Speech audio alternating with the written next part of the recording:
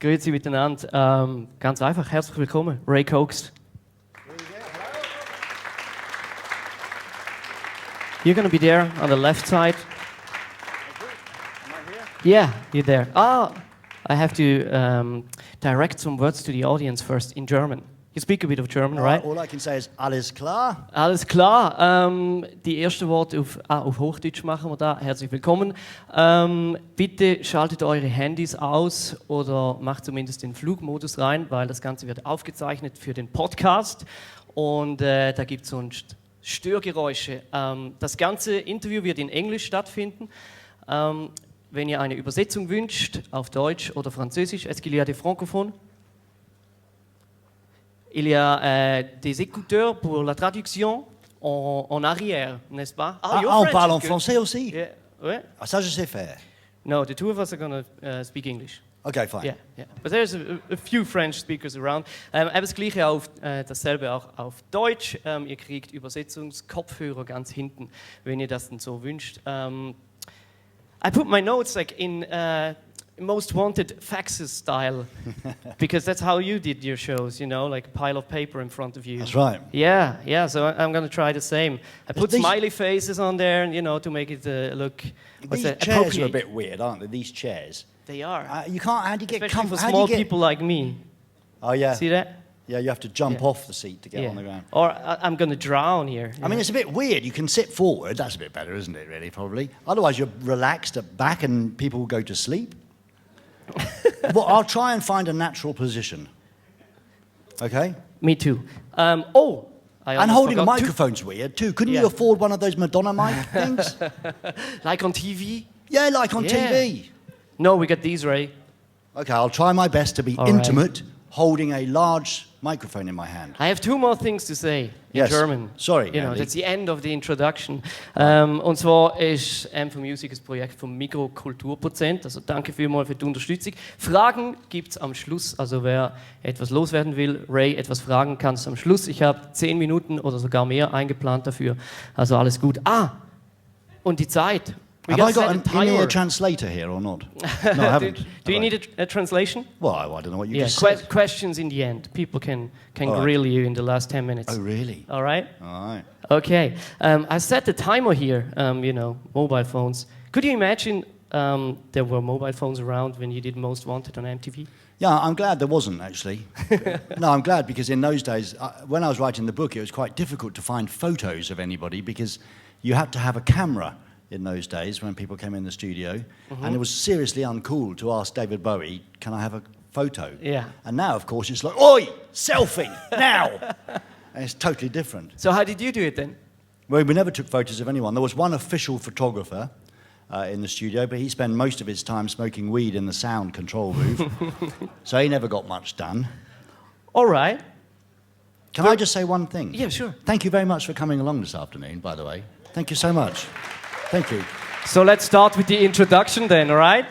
All right, Andy. Welcome to Switzerland, Ray. It's a pleasure that you took your time and came here. It's really nice, and I don't want to, you know, pull off a monologue here. So I just ask you very simple questions in order to introduce yourself, and you know, maybe there's people around that. Is that very simple questions? Because I'm a very simple man. All right. First one is, you are a simple man. What profession have you learned?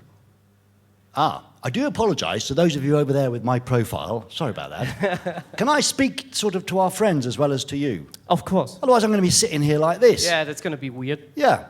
And if I bend down, everyone in the front row will get blinded by the light from my head. Okay, let's do it like this. Okay. All right. So, Andy, what was the question? Profession you learned. My original, I don't like holding microphones unless I'm doing a rap. Tom Jones. No, why am I talking about Tom Jones? Oh, yes. First profession, a chef. This man can cook? I was surprised, I didn't know that. No, not a lot of people knew that. That's why I wrote a book. Yeah. But it's because I was living at home and we travelled the world until I was about 12 or 13, and I wanted to leave home really fast because my father was a military man. And it was like, oi, shut up, do this. I was, God, too much discipline. And so I wanted to leave home, and I thought, what can I learn really quickly at school and go and do in the world? And of course, cooking, everybody cooks, or everybody loves to eat. In those days, you didn't have star chefs. It was a really hard 18-hour day full of nutters with knives chasing you. But I learned how to cook for about 2 years until I got bored. Yeah, that was a very long answer to a very simple question. I like it. So when did you start presenting TV? Because that's what we all know you for. I mean, that's like you start here and then you go 25 years in advance. Yeah. I mean, where's all the middle bit? I skipped all those pages. Oh, yeah. I wanted to hear the MTV stories, you know. Yeah, it is quite a large book. Yeah. Yes. Yeah. It starts at his birth, actually. Yes. Of course. Where do and you you want me to write start about the book? it as if you were there. Oh, yeah, that's true. Well, I was there, wasn't I? Yeah, you were. Anyway. Do you remember the year you started on TV? Yes, I do. I don't remember the exact date, Andy. It's in the book somewhere. But I was working in Belgium in the Hard Rock Cafe. And it wasn't a real hard rock. It was a pretend hard rock. It was a gangster from Chicago who realized that he had a few years that he could copy the idea before the lawyers closed him down. And I worked there as head chef, which wasn't a lot. You know how to cook spaghetti and a steak, and you could do the head chef. But it was in the days when you used to come out and smoke a cigarette and drink a beer and look at all the people thinking they're eating in the real Hard Rock Cafe. And I got spotted by a producer who came up to me and said, would you like to do an audition? We are doing a European music show on the satellite, called Music Box Satellite, owned by Rupert Murdoch, I think. Yes, we don't like that man.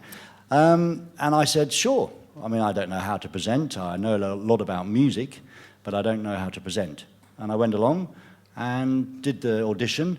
And if you come along to the reading show tomorrow in the Kaufleuten, you can see the footage of my first link. It's not very good. That's what you say. It's rubbish. But you got a big thing started. Then you started at MTV in 1987, right? Yep. And when did you get fired for the first time? Fired? Yes, the first time I got fired was MTV launched in Amsterdam, and I messed up the launch ceremony terribly, because I like to be a naughty boy, and I was a bit cheeky, and then the big boss, who was an American... Well, let's give them the details. You did a drunk dance on TV and made Elton John wait? No, let's be more precise, Andy. Okay. These young people, they never do their research these days. You even dared to rap? Yes. Because what happened, it was in Amsterdam, and the launch party was in Amsterdam, so they sent a load of us on trains, hired trains for MTV, and then planes, hired planes with MTV logo in it. When you're a young guy and you think, I'm on MTV, and it's like, wow, they've got planes and trains. And we went to this big party in the Roxy where they were launching, and Elton John was supposed to launch the party, launch MTV on the big screen across Europe. It was only about 2 million homes at the time, I think. And a few of us, when we got to Amsterdam, of course, we thought, hey, you can smoke weed here without being arrested in public. So, of course, we had to go to a coffee shop and smoke some weed because we wouldn't be arrested. And so by the time we got back to the venue, we thought, yeah, great, party, fantastic. And then the big boss said to me, you're going on stage, Ray, and presenting everything, and then you're going to present Elton John. And I was going, really? Sounds like a great idea to me. So instead of just writing a little good evening, would you please welcome Elton John, I decided to do a rap. Because like most people who've smoked illegal drugs, it seems like a fantastic idea at the time. It's the best idea you ever had. And then the next day you think, oh, that was a bad idea.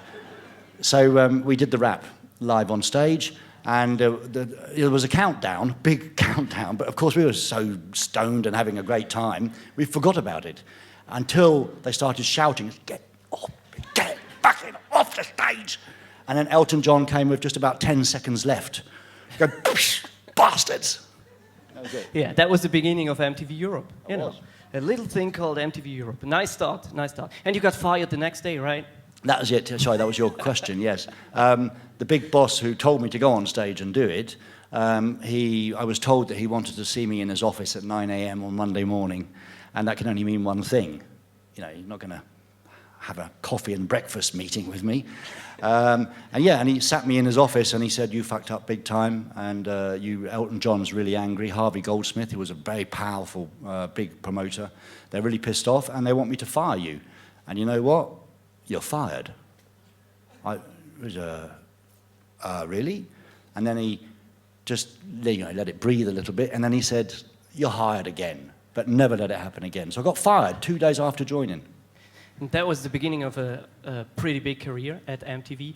And let me read from your book. You put it in a nice way. It was the beginning of a perfect storm from which ultimately only your rubber outfit would survive intact. Yes, if you haven't read the book, a kinky suit. Well, I ought to clarify that, really, Andy, because people might be thinking, what was he, in an S&M club or something? I wasn't at that time. You weren't? No. I'd been in Amsterdam, and I went to this fetish shop, not because I'm particularly interested in fetish. Still sounds like an S&M group? I know, I'm not an S&M man. I mean, it's probably fashionable now, 50 Shades of Grey.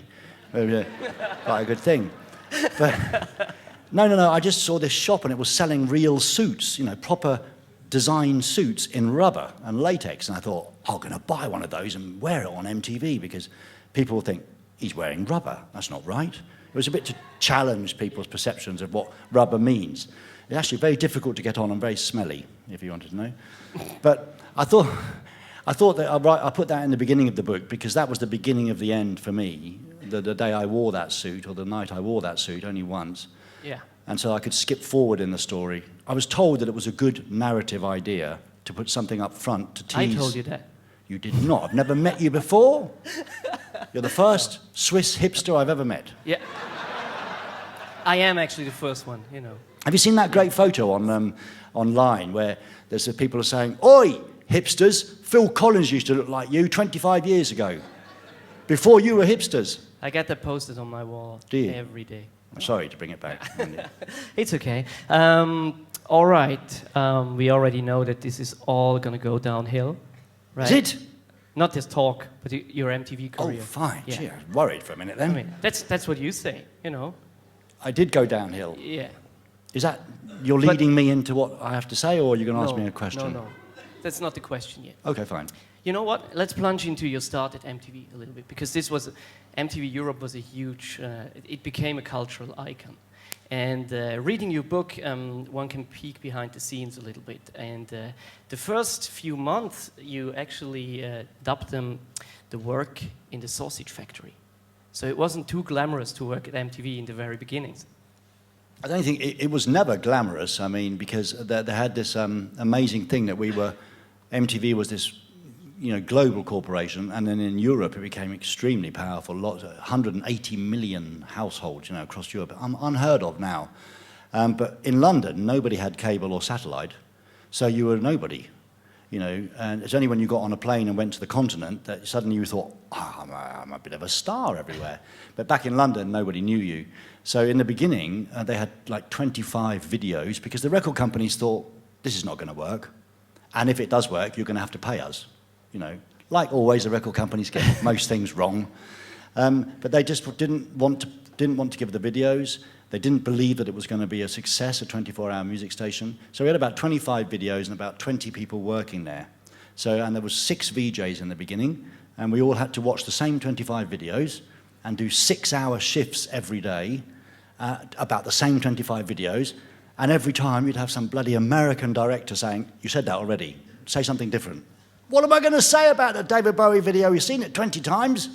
Talk about the producer and the guitar sound." Oh, God. So it was like, we called it the sausage factory, because you were just videos, back announce, videos, back announce.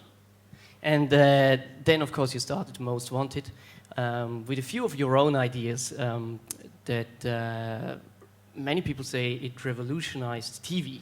What would you say? What did you do for TV, in your own words?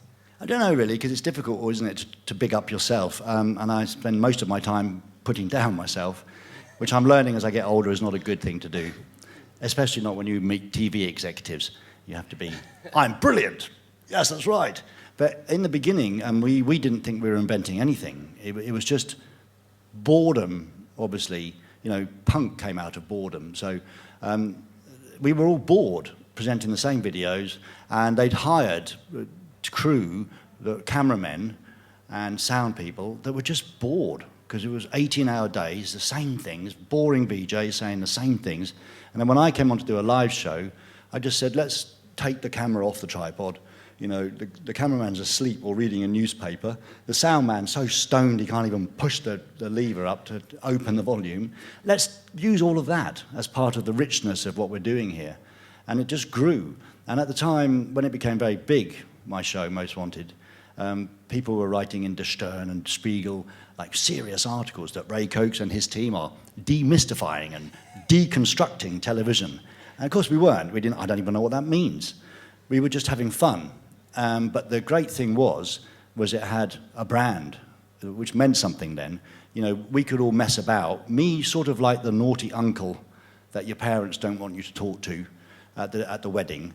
But then I had, oh, by the way, here's Bjork or Blur or Oasis. So we could mess about, all having fun. But then you had these huge stars who would all come on the show and play live. And more importantly than that, they would travel around Europe on their tour. And of course, the only TV station they could watch was MTV or CNN. And so by the time they came onto our show, they knew it by heart.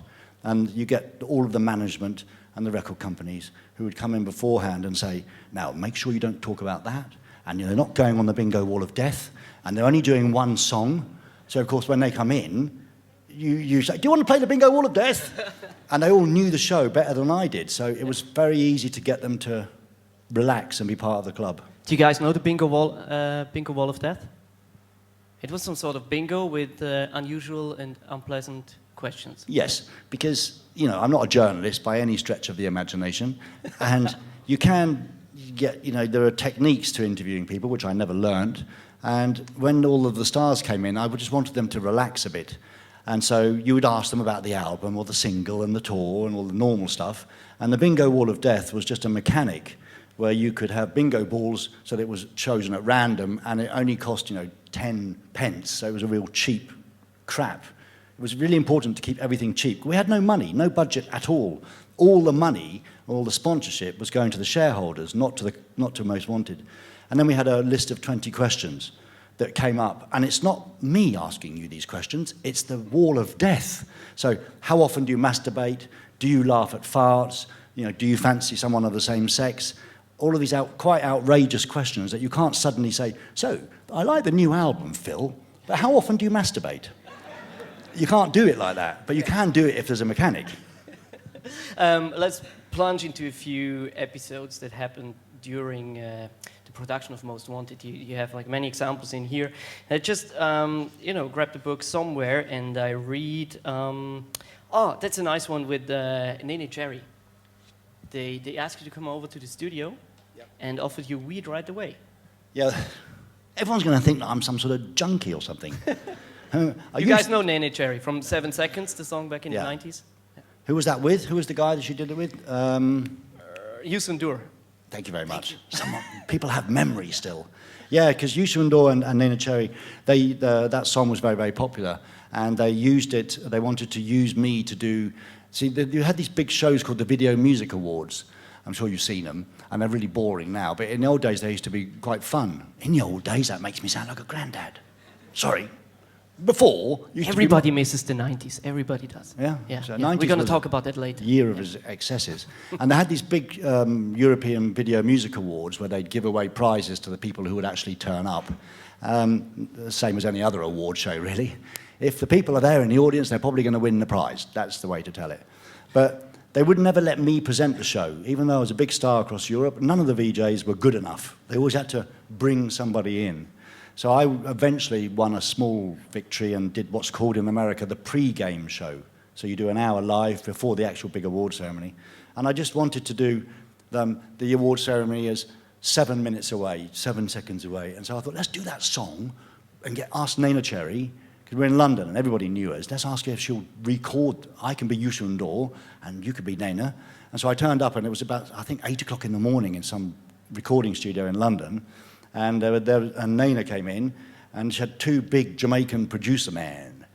And they were sitting behind the console, super cool. And it was at 8 o'clock in the morning, huge spliff. And of course, me and my producer, you don't want to look uncool or ungrateful when someone said, hey, yo, man, you want some of this? So you took the joint from the Jamaican guy, and that's when I learned an important lesson in life, to pass on to children. never accept a joint from a Jamaican guy.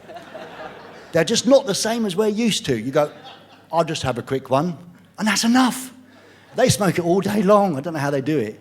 And then I just had one puff, and me and Toby, my producer, we were fucked completely. I was, Jesus Christ, that's strong. And of course, Nana was laughing, but in the end we did it, and it worked, sort of. Please share another anecdote with us. You met Arnold Schwarzenegger back when he was the Terminator in Cannes, right, at the film festival. And on what particular drug have you been on when you met him? I'm not a junkie or anything, you know. It's terrible. I drink tea. It's just casual. Go to the gym. A casual user. Casual entertainment, recreational user. Look, if you were in the 90s and you were in the music business, you were a liar if you said you never took anything. It was all over the place, the big parties, lots of money in the record industry and lots of excessive behaviour.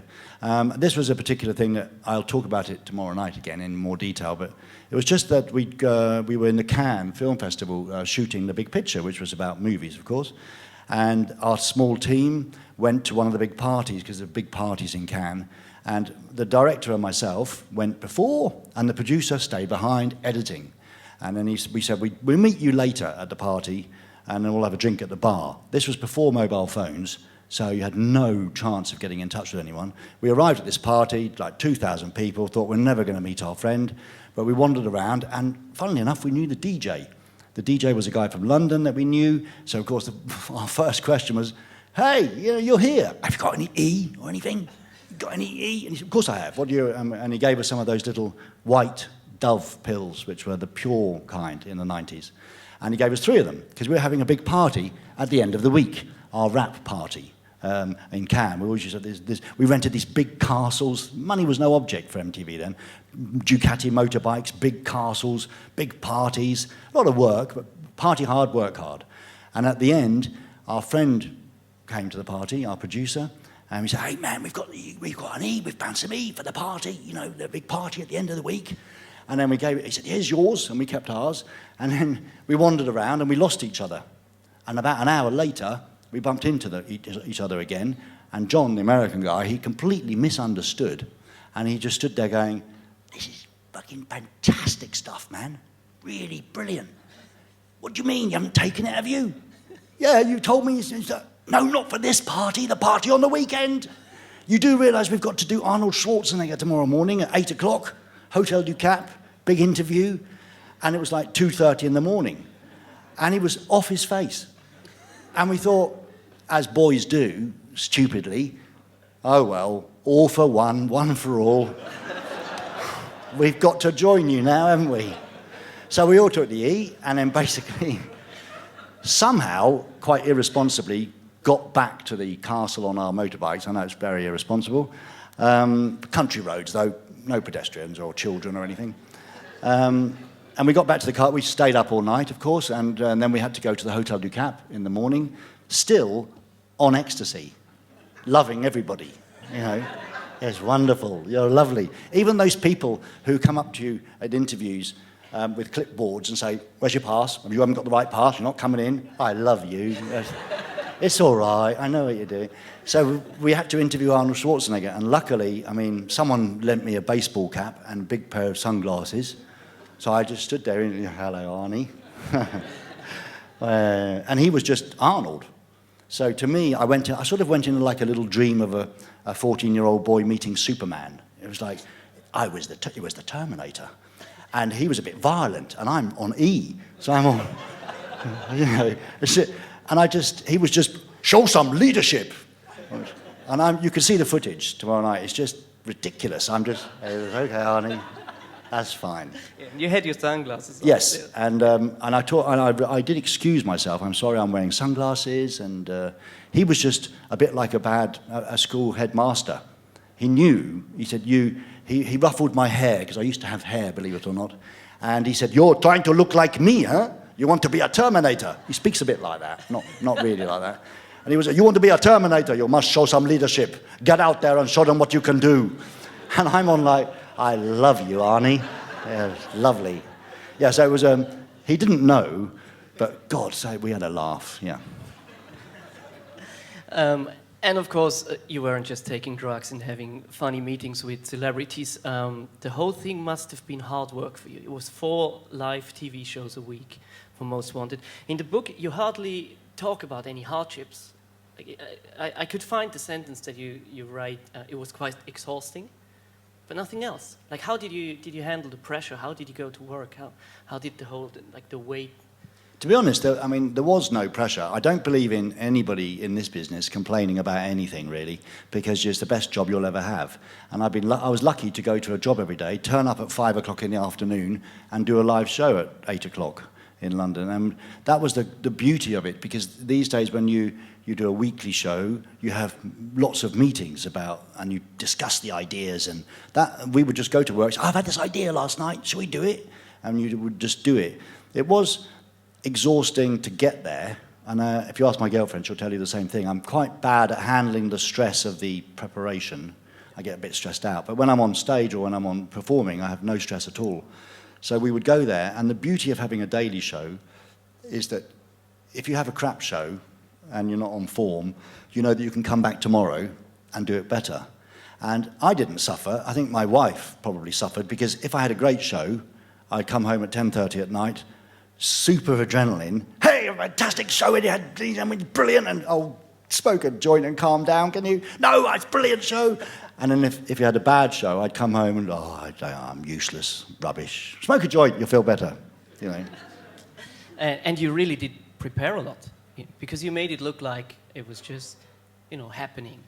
I think the secret is, not the secret, but I get quite frustrated when I watch a lot of YouTube interviews, all of those shows that, I hope you don't do one, Andy, but they call themselves sessions, and they're just trying to be TV shows, and they're on the internet, they should be doing something different. But a lot of the people who are interviewing the bands have done no research. It's like, so, you've got an album out. Tell me about the tour. And not all of them, but most of them. I always thought, there are artists in front of you, I have great respect for art. Without them, I wouldn't be there. I couldn't just fuck about on MTV for 90 minutes and have nobody. That's what made it special, because we had all of these guests. And so I always have a lot of research, no matter who the band is, and then I have it. And then if I need to use it because it's getting a bit awkward, or the guy or the girl doesn't like me and you can feel that, then you can just use your research and go back to the classic stuff. But I always have a big preparation. It's like, you can't really, I don't know about cars that much, but you can do tricks on motorbikes, wheelies and wheel spins and things, but you need to know how to ride it first. So just get your preparation done and then throw it away. And the best artists are the ones that let you come in, but artists are very, very fragile, and they have a wall, and they don't trust you. Because even though I was on MTV, I was still the media industry. He's going to fuck me somehow, I don't know. So you have to gain their trust, and I would just do a lot of research to show respect, that if I'm trying to be funny or trying to be a bit stupid, I also know about your work, so I can not use that, but show that respect.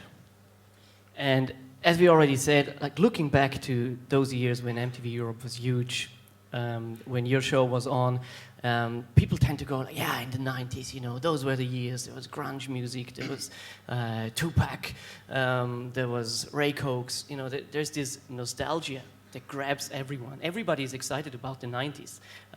How do you feel about those years? Do you have the same feeling? Well, I mean, I do get offered to present those I love the 90s evenings, and I don't do those. I don't believe, nostalgia is for very old people, I think. But it was a good time, and I'm not one of those older guys who says, and I have a lot of older friends like that who say, Pink Floyd was the best band ever. Nothing ever has been as good as that. I still listen to a lot of music now. I'm very excited by music now. But it was a very exciting time. I mean, you had, as you said, you had grunge happen. You had the acid house and the raves happening, and all of these movements and all of these tribes of young people, of which we were members, doing different things, tribes getting together. And it was a very fantastic time for music. And then, of course, when you were living in England, you had all the Britpop stuff happen. And you had the Labour government come in, and there was great jubilation that we were finally going to get some fair government, and it was rubbish, of course, because Tony Blair's a complete wanker. But We thought that it would be a good time, and the music was pretty fantastic. You know, a lot of it still stands up now. Unlike the 80s, which looks a bit dated, the 90s was a good decade, I think. But there were also, of course, some downsides to the whole thing. First of all, there's a lot of money, there's a lot of problems as well. Behind MTV there was this huge corporation, and I could sense that you felt more and more uncomfortable with the whole thing. I think, first it happened about a year before I left, because MTV had been on its own, a monopoly, and could do what it wanted, pretty much. And all of the artists in the world knew that it was a one-stop shop. You don't need to tour the whole press of Europe anymore. You could just come to London, do MTV, you've covered Europe. Sorry, you know, if you're in the press on the continent. But that's what happened. And then a competition called Viva started, which were the record companies in Germany got together and did a video channel called Viva. And suddenly MTV was not the only one. And these people were speaking in German and playing more German bands, which is the second largest record market in the world. So it's very important. And so MTV were a bit scared. So they sent me to crash the party. And that's when I realized, I think, you have to be naive and stupid, but we were all having fun in a great show with millions of viewers being really kind and lovely. There's a lot of love, you know, not like today where there's a lot of negativity on the internet. There was a lot of love coming back at you. And we were giving it back out. It probably sounds a bit corny, but it was true, sentimental. And in those days, see, sometimes if I talk too much, then I've forgotten the bloody question. What was the question? It's okay, just go on. No, I've forgotten. Where am I? Oh yeah, Ray Coates, my most wanted life. Check it. Oh, I have to check the time. It says here I have to check the time. Who said that? Did you have that written down before? Yeah, I did. Very good. There was a fax that came in, you know. Oh, yeah. Just joking. Oh, I know. I got a very quick story. I got sent to Cologne. There was a thing called PopCon, a big business seminar, and for the music industry, and they sent me along to crash the party. Let's do a live Most Wanted in Cologne when Viva, the competition, are also throwing all of the big parties in town. And we were in London. We said, we'll be in Cologne next Friday, and we thought like 10 people would come. You know, we had no idea how big we were. And then we went to Cologne, and there was like 5,000 people with banners. It's like being at a One Direction concert.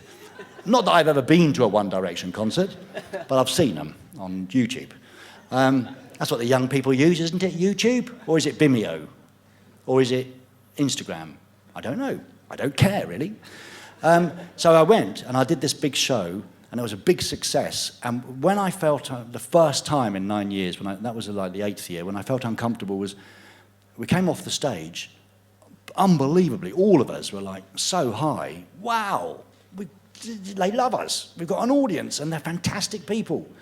And I didn't have time to soak it all up and feel it, because I was whisked off by 2 American MTV executives and taken into this special big tent called a marquee in English, where there was a line of businessmen, you know, and I was, before I even knew where I was, hello, Mr. Sony, this is Mr. Cokes, our top VJ. Hello, Mr. Coca-Cola, this is Ray Cokes. And I was passed along the line to all of these powerful sponsors.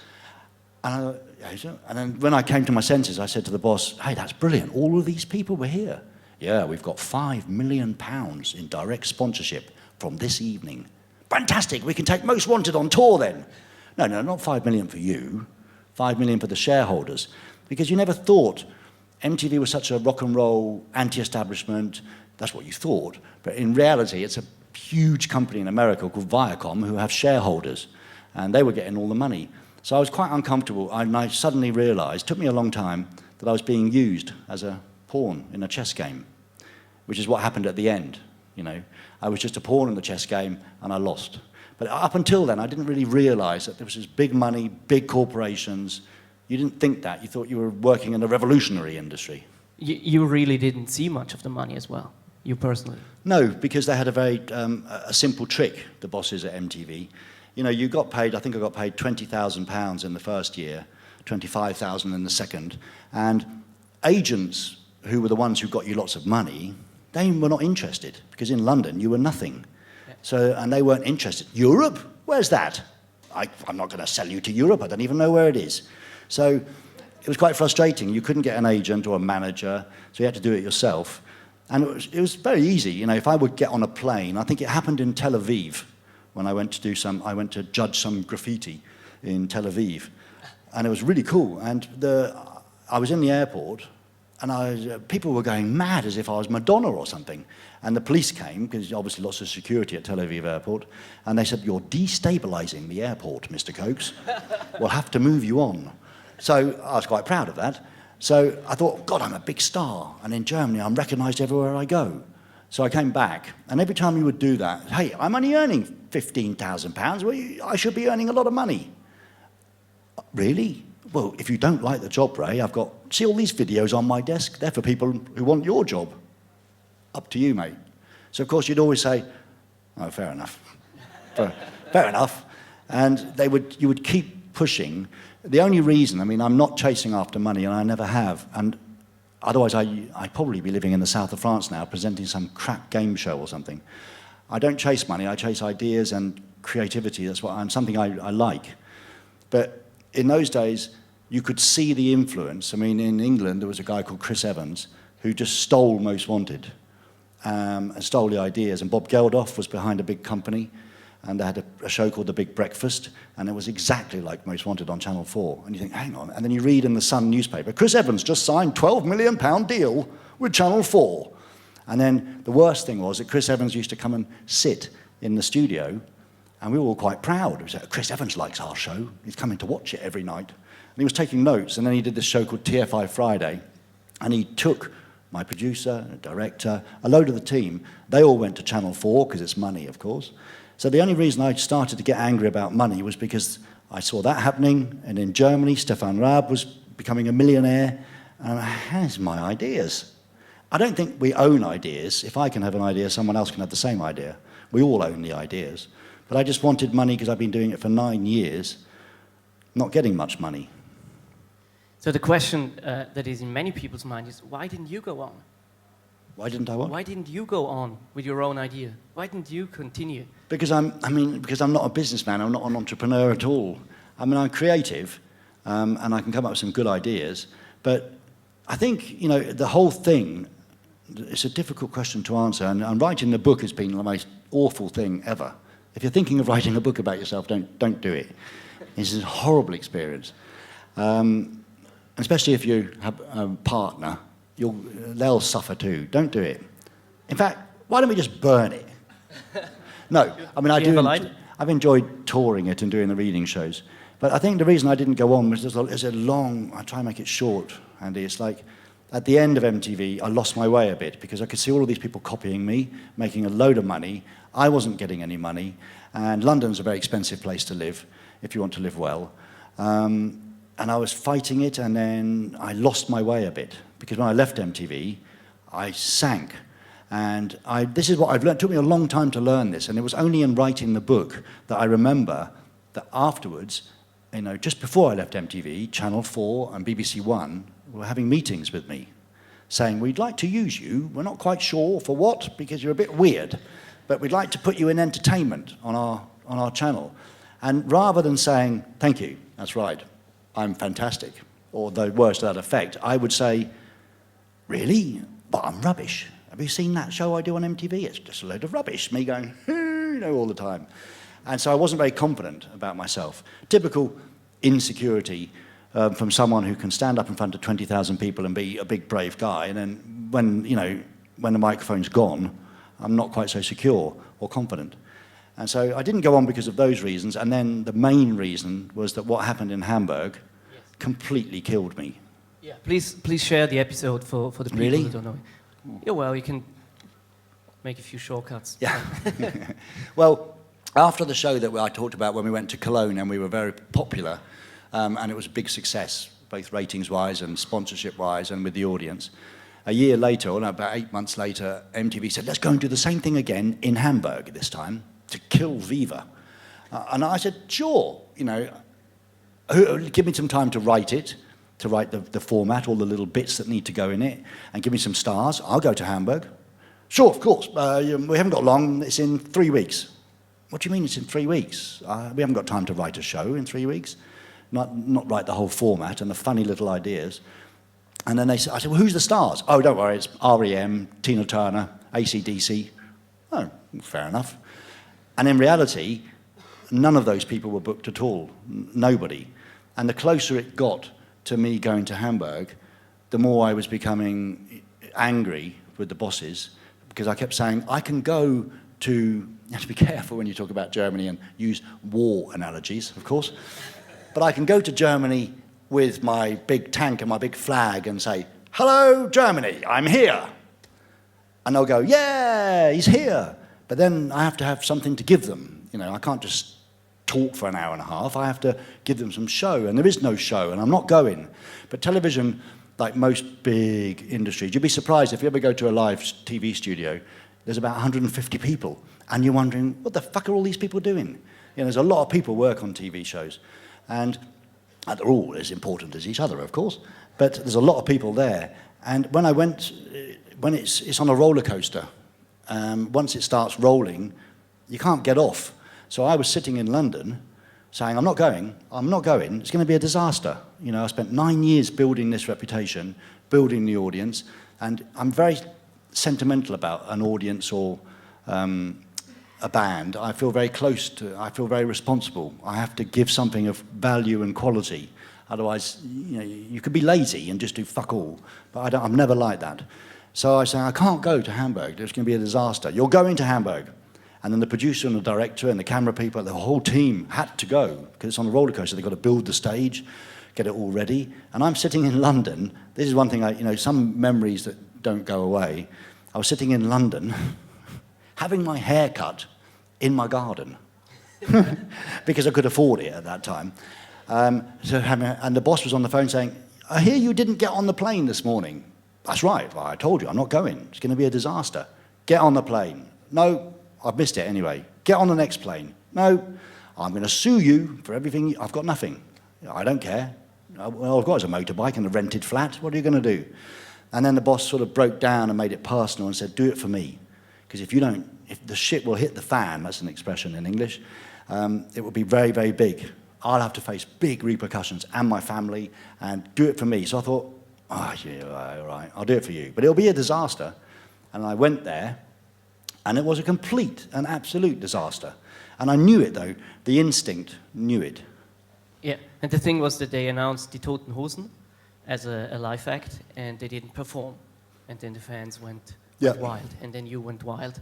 Yes. And have you ever watched the tape of that show again? No, on the reading show, my colleague John, he shows a bit, but I sort of say that I'm going backstage to do some coke or something, which is obviously a lie, because I'm too old for that now. But yeah, I don't watch it. I mean, at the time, the tape on Betamax, or not Betamax, no, so on what's it called, The Professional? VHS? No, that's the, what's it called, Johnny?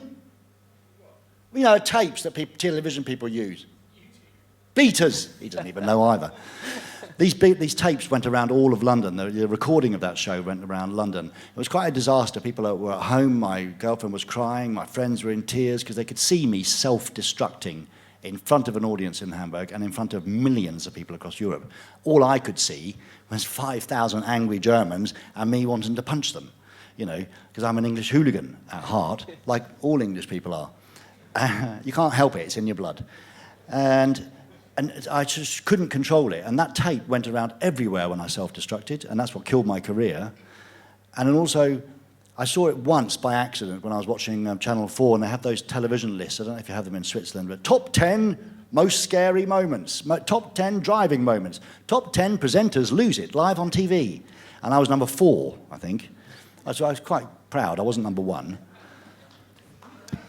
Thank you for that applause. That's brilliant. Hey, I'm remembered for something good. Yeah, and you tell the story in a very funny way, but the effects that the whole thing had on you were extremely terrifying. And in the end, it destroyed your career, but as well a bit of yourself a little bit. You share some insights in the book. I won't torment you and go through those. You can if you right want. Now. Well, no, just tell people how you were in a quite bad state afterwards. Oh, I see. You don't want to torment me. You want me to torment myself. Yeah. Right, okay. Self-flagellation and everything. Or we can just say, read the book and you get an idea. No, I mean, it's part of the book, Obviously, when I made the decision to write the book, I thought I could write it in 3 months, and 1.5 years later, I'd missed 3 deadlines. Yeah. So the publisher doesn't like me. But when I wrote it, you think, you've got to make a choice, Are you going to tell everything, and are you going to be honest and open? And I thought, yeah, I am. I'm not going to be talking about what Damon Albarn does at 4 o'clock in the morning backstage, because he's a mate, and scandal and gossip. I don't want to talk about that. But everything that happened to me, that's fair enough. And I think the dark parts are very important, because one thing I think makes you stronger, the dark parts, when you're a presenter and you have huge fame like I had on MTV, if you have what's called the years in the wilderness, makes you a better, more complete person. Your ego gets a bit out of control when you're at the top of the tree, and then when you fall out of the tree and you have to climb back up again, you realise you're a bit of an arsehole back then. So it did, but writing the book, I mean, I interviewed people who worked with me in Hamburg and said, was it as bad as I think it was? Because I don't really have any, I sort of blocked it from my memory. And they said, no, it was much worse, much worse than you thought it was. There was a riot, there was police, there was lots of blood, there was lots of violence. And I wasn't really aware afterwards, because you're a big star. And you think, like Jeremy Clarkson, have you heard about him? In Top Gear, this just happened a couple of days ago. You think, I'm a big star. I'm all over Europe. I'm going to be okay. I'll get another job. I'm good. I must be good. I've lasted all of this time. People love me. And then what you don't realise is that, I did go to auditions in England, and I would sit back and wait for the fax to come with the contract, and it never came. Sit by the fax machine and nothing happens. And it's an old machine. There's a little box, that you put a bit of it's a brilliant invention, the fax. Yeah. It was brilliant. You can write on a bit of paper and send it anywhere in the world. It's brilliant. People don't do that now, do they? But anyway, I didn't have any faxes. I used to go to auditions. I thought, you're brilliant. Just what we've been looking for. Then I'd wait for the contract, and nothing would happen. And eventually, I was told by a producer, friend of mine, look, Ray, I'm sorry to tell you, but you're pretty much done. Hamburg, people say you're out of control, you're uncontrollable, your ego's gone mad, you're a druggie. I mean, all of these things that they said was not true. Some of it was, there were a little bit of truths in there.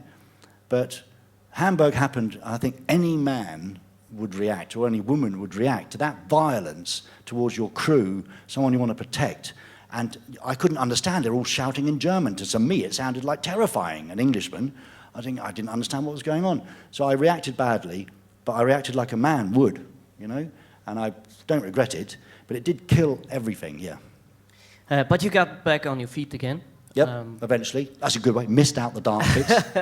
Yes, absolutely.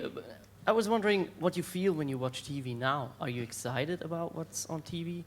I think it depends. We're living in a really rich world now. Netflix is changed everything. And I watch a lot of brilliant American series, brilliant British series, Danish, Swedish series. There's a lot of good fiction. I think one area that I'm really frustrated in is the entertainment for people over the age of 35, 40. I mean, my generation of people are not really catered for anymore. I had a meeting with Google like last year. I hosted a YouTube event, and I thought, I'm going to do that event because I don't like hosting corporate events. You have to be a prostitute. And sometimes you have to prostitute yourself quite a lot and just think of the money. And I can't do them. But I thought, I'll do YouTube because it's Google headquarters in Switzerland. I'm going to speak to them, and I'm going to get a show, and we'll open a channel and do something new. And all they weren't interested. I talked to them, and they said, we have young kids who watch video games and talk about makeup, and they get 25 million hits. We don't need your stuff. So I think there's a whole generation of people, and I know because I do a lot of theatre shows now in Germany, and I meet the people over the age of 35, and when you go in the audience with a microphone, you can see it in their eyes. The chaos that I can bring, they want it. Because everything is so safe and so formatted, and there is nothing entertainment on the edge of your seat for people older. And when I'm 57 now, when my dad was 57, he was like an ancient man, like a Neanderthal in the time of the dinosaurs. Now we're not old, we still get excited by loads of stuff. I'm here, I want to do stuff, but I am working on that. But I think television as a whole has become, the format is the king. So people like me who are sort of character presenters, I understand now that the TV executives, they don't want to hire you because they say, he's trouble. He might do something, that's good, isn't it, to do something a bit naughty? No. I want to keep safe. So if you can walk and talk and look into the camera, you can get a job. But if you're a character, you don't really fit into the formats. So I think the short answer is television, fiction and drama is brilliant. And the fact that we have 24-hour news and Twitter feeds news now, brilliant. But entertainment, for people over the age of 35, musical entertainment is gone. And I'm going to bring it back, and I'm doing that in Germany. Thank you. I hope. Could you share a few more details about that, or is it still a secret? No, it's not secret really, because I'm no good at keeping secret. If you don't want a secret, if you want everyone to know your secret, tell me something, and I'll tell everybody. Anything you want to share? Is there anything living not in your... anything that is of interest No? to the people. Is there anything living in your beard that we Yes. should know about? Yes. Yes? Yeah. What is it? Yeah, no, it's okay. It's a medical thing. Client confidentiality. What was the question, Andy? Where are we? Do you have details about your new show? No, well, Germany? I've been working in Germany, and it's funny because I'm a bit of a romantic at heart. I'm not sure my girlfriend would agree with that, but I think I am. And I died at the Reeperbahn. That's where everything ended for me. And Andy's been very kind, and he's skipped through the, PlayStation, masturbation, obsession, addictions, that sort of stuff that happened for about a year and a half until I woke up, luckily. I'm lucky because I'm a balanced. I go to the gym, I like to fuck myself up a bit, but I also like to keep myself clean, keep a balance. And you're kind not to go through all of that. But I've been working in Germany, and I was reborn where I was killed, really. Well, I say about Hamburg, the incident that happened in Hamburg, MTV gave me the gun, but I shot myself, really. Rather than... You would have had a chance to continue, right? Yes, then you said, absolutely. I quit, that's it. Yeah. They said, take 6 weeks off, go on holiday, you're out of control. And I said, I'm an old punk, what can I say? Fuck you, I told you this would happen, fuck off, I'm leaving. And you think, oh God, I should have stayed, really. So fast forward to now. Fast forward to now. So then, well, what happened at the Reeperbahn killed me. And then about, I think it was 13 years later, I got asked to do a show on the Reeperbahn Festival. And I thought, I can't go back there. That's where all my demons live. That's where I ended. And in the meantime, I was working in Paris and on French TV. So I went back. And in the first show I did with my friend John, we just did a bands playing and interviews and a bar on stage. And there was like 30 people in a 500-seater theatre. So I was like, oh God, no one loves me at all. I'm finished. What am I doing? And my dad said, get a real job. About time you got a real job.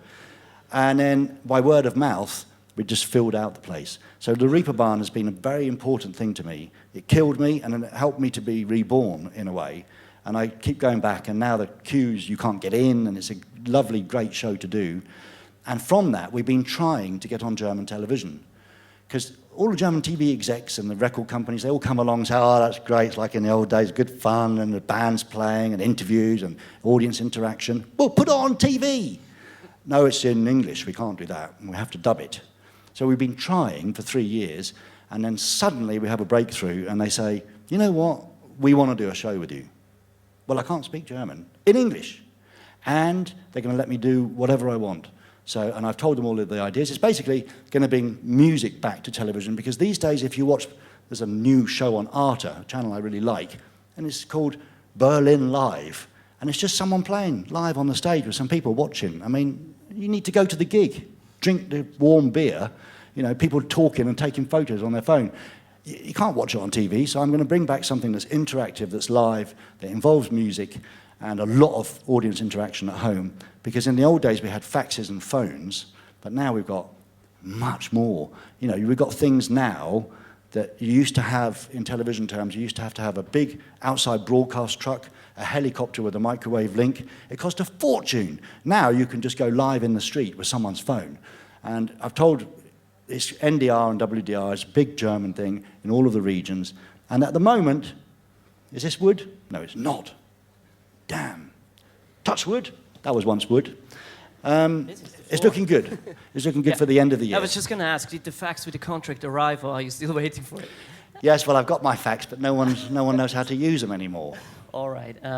Excited to see more of you. Thank you very much. And I'd like to pass the word on to the audience. Is that it now between us? Not yet. Not yet. We have 5 more minutes. Okay. But I assume there are some questions. But that's horrible. No one's going to say anything. You know that, don't you? Really? At press conferences, they will say, no one wants to be the first one to say anything. But you are here. You're Ray. You make people talk. You make people share the Yeah, but stories. it's not my show. It's your show. It's mine, all right. Yeah, I just ask a question. Do you have any question? Now is the time. There's a microphone. I told you, no one's going to ask a question. Now they are hesitating because you know? Well, you have to go down there and stick your microphone in the face. Like that. No, I won't do that. I'll show you how to do it. You go down here, right, and you walk past people that... Oh, he's got a question. Hello, Ray. I would like to ask, what happened to Ronnie the Runner? Are you sure you're watching the right show? Ronnie the Runner? What's your name? Yuri. Yuri. And was there a guy called Ronnie the Runner? Ronnie the Runner. He was at your show, wasn't he? Were you on drugs at the time? No. I was 14. 14? I took my first ecstasy when I was 3. I don't remember someone called Ronnie the Runner, actually. Was there a Ronnie the Runner? I don't remember him. Was there a Ronnie the Runner? No. See? This man's got the wrong show. He thinks I'm Stefan Raab. Questions concerning Ray Cox. You know, I didn't tell them that questions should concern you. Questions about anything. Yeah. All right. Questions about life later. Questions. Go to and Ray. challenge people with your microphone. Right. Okay. That's the way to do it. Het op een vraag. Right there. See, I can do it too. Where you going? Okay. We gaan een beetje reden. Okay, I wanted to ask you if you meanwhile managed to meet Bono in person. If you could meet Bono in person, if I've met him in person, have you not read the book? It's typical. No one's read the book. That's why we've only sold 300. You met Bono when he was very young. Yes, of course. Yeah, I did actually. I feel like in an exam. I did read it, Ray. I did. Very good, Andre. Come and see me after the show. I'll give you some special marks. That's weird. Sorry about that. Sometimes I go into the dodgy. See, that's why the TV bosses say, no. Have you met Bono? Yeah, thank you. Yes. Have I met Bono?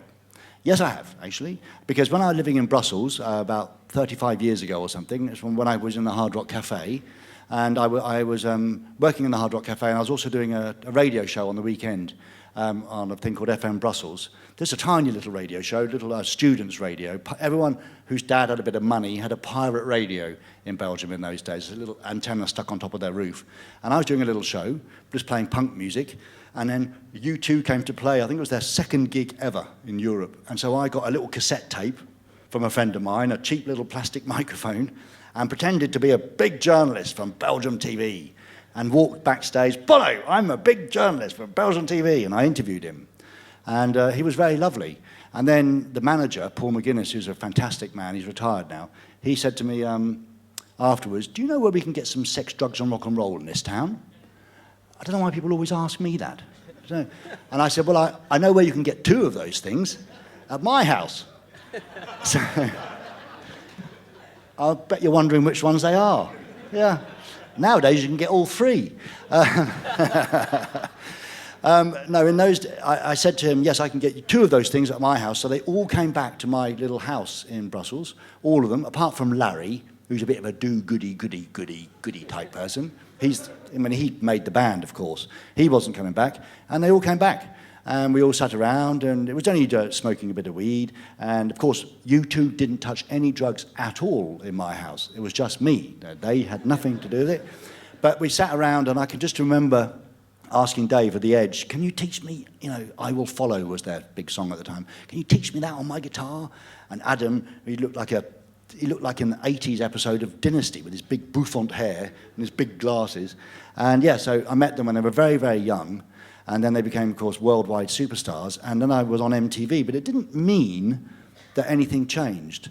All it meant was I was on MTV now, and I'd have to join the list and the queue of people to go and interview them. And I met them 15, 20 times in Belgium. By the time I was on MTV, I already knew them quite well. But it didn't mean that I got any special favours or any exclusive interviews. But the whole Zoo TV tour was totally inspired by Most Wanted. And I think that's a little pride that sits on my shoulder somewhere. Bono knows it too. They took what we were doing and did it worldwide. Does that answer your question? Thank you. Can we do one more? Is there another question? Anyone? Otherwise? There. Well done. Good luck. Are you still in touch with people that you worked with on Most Wanted? Yeah. Are you hang around or you work with them? No, I don't work with them because they're all top professionals now. Yeah, like Davina. I mean, Rob the cameraman. Yeah. He does all of the Master Chef and The Apprentice, all of the big BBC shows. He's the head lighting cameraman. Nina now runs one of the most successful event agencies in London. Hamish and Ian, the people, the producers and directors, they are now the biggest producers and directors in the world. They do the Super Bowl, they do the Oscars. I mean, they're all of the people I worked with.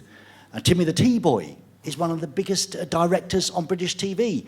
I mean, Will MacDonald is a huge TV executive. So they've all done really well, apart from one person.